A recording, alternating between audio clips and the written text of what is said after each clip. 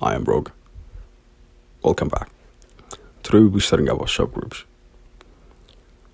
Before we start studying about subgroups, let us actually recall the definition of a group. What is a group? Well, a group is basically a set with structure. What type of structure?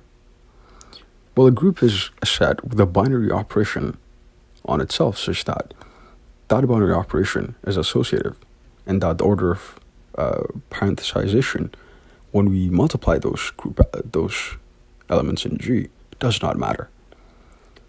And this property extends to the general associative property where any number of elements in G could be multiplied in an arbitrary parenthesization, and then the result would be the same.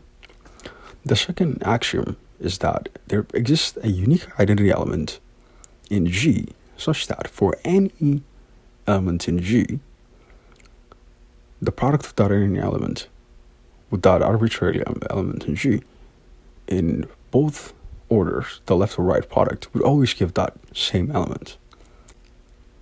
The third axiom is that for all elements in G, there exists a unique element called the inverse of that given element, such that the product of those two, in whatever order, always yields the identity element. Before we jump onto the definition of a subgroup, let us actually motivate this. So let us now ask an interesting question. G is a set with these properties, right? And that's what makes it a group, a set with a given structure.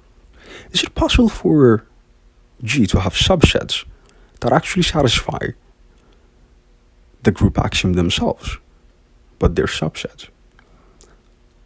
That is, does G contain subsets with their own group structure? In fact,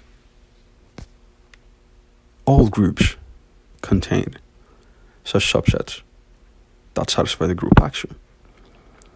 The trivial subset containing only the identity is a group on its own with the same group operation, and the entire group is a subset, although not a proper subset, that satisfies the group axiom. That's not very interesting, is it? On to the next question. Okay. Does G actually contain proper subsets that also satisfy the group axiom? Well, that question actually depends on the group. At this point, you might be well off put and then question, why are you even interested in these proper subsets anyways? Who cares? Well, it turns out that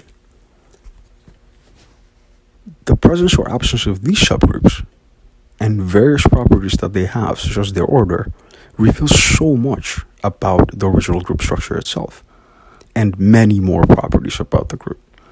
So it's actually a very pragmatic sort of reason that we study subgroups for.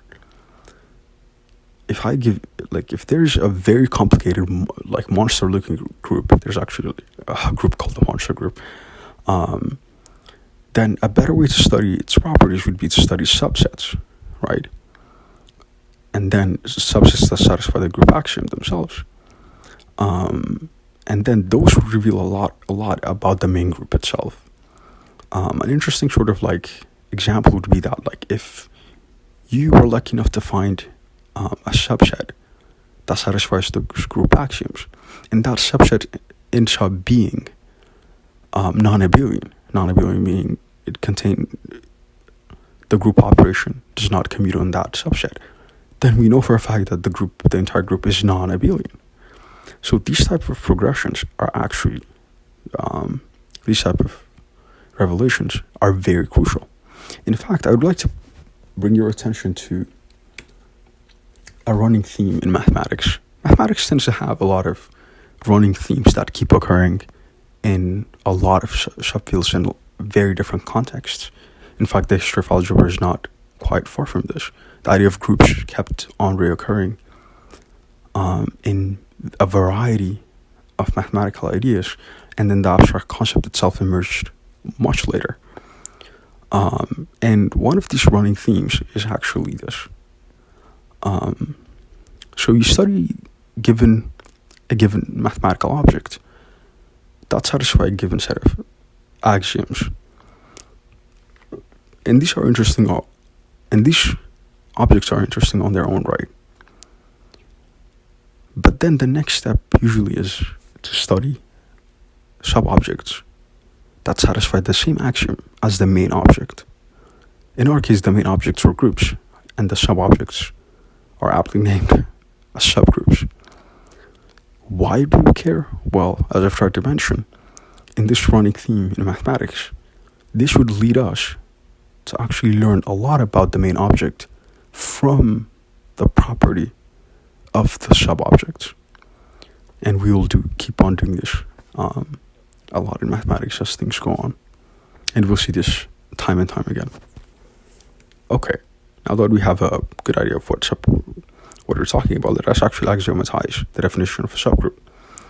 Well, given an arbitrary group, a given subset of that group is called a subgroup if it's non-empty, as it always must contain an identity element.